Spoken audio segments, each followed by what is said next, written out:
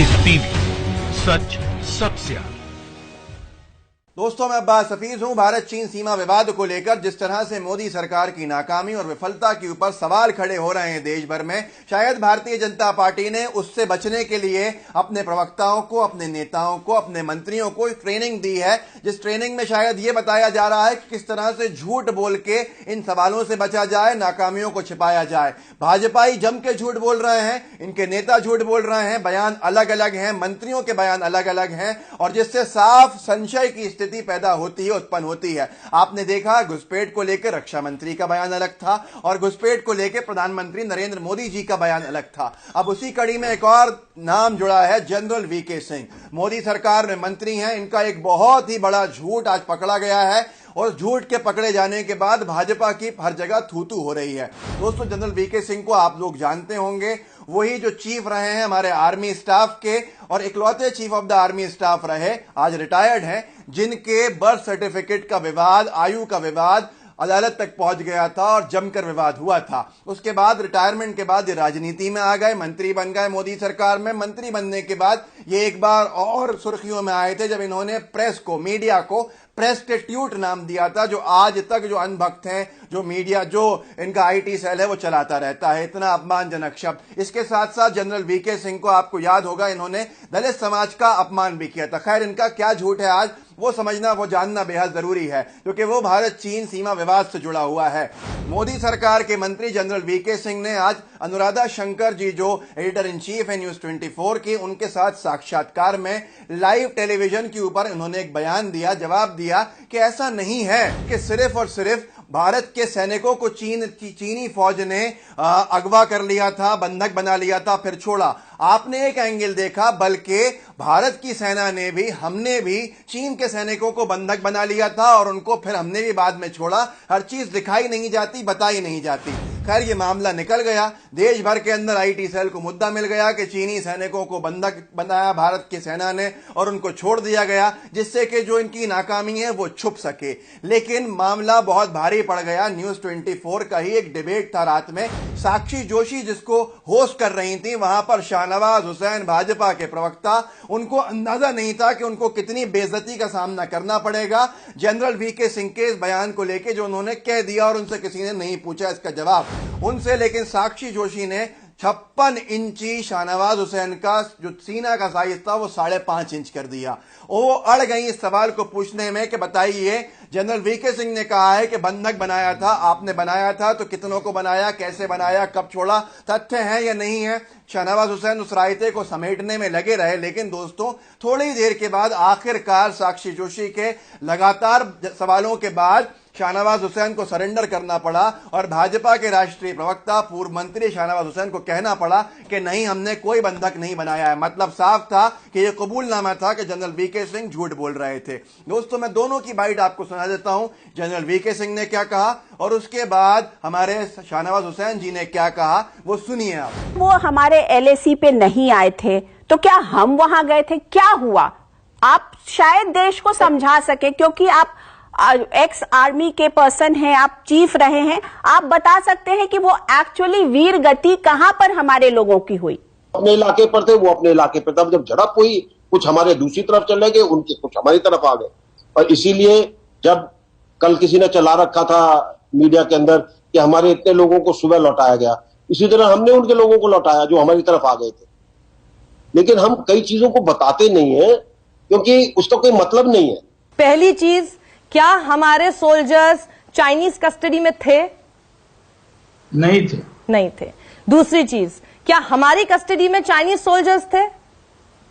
उनके जो लोगों को मार पड़ी वो कई बेहोश पड़े थे, कई बिखरे पड़े थे। बाद में वो हमारी सीमा में और हमारे उनकी सीमा के बीच में थे, इसलिए कई लोगों को लौटाया भी गया। हमारे पास हमारी कस्टडी में थे कि नहीं थे, कि हमने उन्हें पकड़ा हुआ था? कस्टडी में नहीं थे, तो दोस्तों देखा आपने किस तरह से वीके सिंह का झूठ पर्दाफाश हो गया। मैं फिर कहूंगा कि भाजपा शायद झूठ के दम पर अपनी नाकामी को छुपाना चाहती है, लेकिन अगर किसी बीमारी को छुपाया जाए, उसका इलाज नहीं कराया जाए तो वो सही नहीं हो सकती। ये भाजपा को समझना होगा। अगर नाकाम हुई है तो सबको भरोसे में लेके कुछ काम करना चाहिए, ना कि झूठ। आपने देखा कितना झूठ बोला जा रहा है, जम के झूठ बोला जा रहा है। यहां एक और मीडिया का मामला सामने आता है, वीके सिंह से ही जुड़ा हुआ। जनरल वीके सिंह ने अपने इंटरव्यू में क्या कहा? उन्होंने कहा था यहां कैसे गोदी मीडिया बचाव करते करते कहां ले जाती है, पूरा एंगल वो देखना बेहद जरूरी है। जनरल वीके सिंह ने अपने बयान में कहा कि मुझे पूरा यकीन है, मैं सेना को जानता हूं, मुझे पूरा यकीन है कि अगर 20 सैनिकों को हमारे शहीद किया है चीन ने, तो हमारे भी सेना ने इनके इतने ही दुगने सैनिकों को मारा होगा, ऐसा मुझे पूरा यकीन है। उन्होंने स्पष्ट नहीं कहा था, पर आप देख सकते हैं स्क्रीन के ऊपर कि मीडिया ने कैसे रिपोर्टिंग शुरू कर दी कि हमारे सैनिकों ने भी उनके 40 सैनिकों को पकड़ लिया, जबकि यह सिर्फ अंदाजा और कयास था वीके सिंह का। दोस्तों मीडिया इस तरह से क्यों बिहेव कर रही है समझना पड़ेगा। मीडिया का बर्ताव ऐसा क्यों है जो एक पक्षी मोदी सरकार के बचाव में है?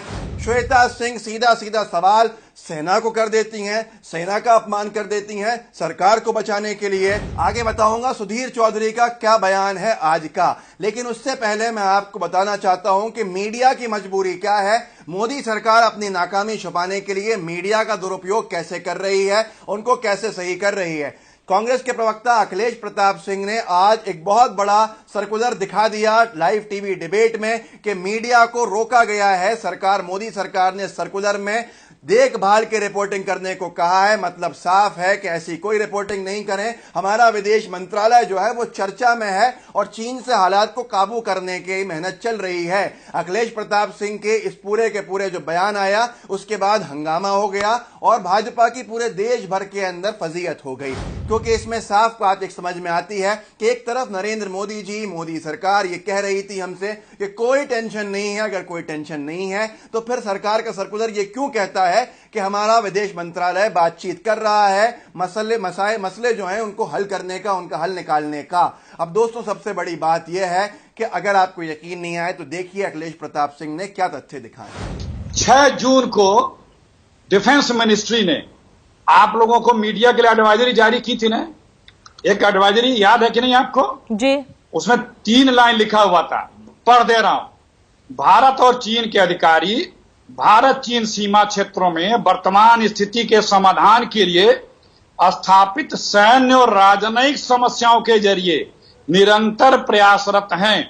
इसलिए वर्तमान स्थिति में इन प्रयासों को लेकर कोई भी अटकल या निराधार रिपोर्टिंग मददगार नहीं होगी और मीडिया को ऐसी रिपोर्टिंग से परहेज करने की सलाह दी जाती है। दोस्तों श्वेता सिंह को आप देख चुके थे, सुधीर चौधरी का आप आज का जो उनका बाइट है वो जरूर देखिए। उन्होंने किस तरह से यहां पर आज सरकार को ही क्लीन चिट देने की बात कही है। यह आपकी स्क्रीन पर उनकी बाइट है। इनका कहना है कि मोदी जी को छोड़िए, राहुल गांधी बताएं क्या वो चीन से ये सवाल कर सकते हैं। अरे सुधीर तिहाड़ी बाबू, क्या राहुल गांधी यहां प्रधानमंत्री हैं या नरेंद्र मोदी जी यहां प्रधानमंत्री हैं? गोदी मीडिया मोदी सरकार के बचाव करते करते कब एक्सपोज हो गई, सर्कुलर कब देश के सामने आ गया, जिसमें सीधे सीधे वार्निंग दी थी मोदी सरकार ने मीडिया को कि आप अपनी रिपोर्टिंग ठीक कर दीजिए, क्योंकि मोदी सरकार सवालों के घेरे में थी। इसके चलते आपने देखा ही श्वेता सिंह ने तो सीधे सीधे सेना पे ही सवाल उठा दिए।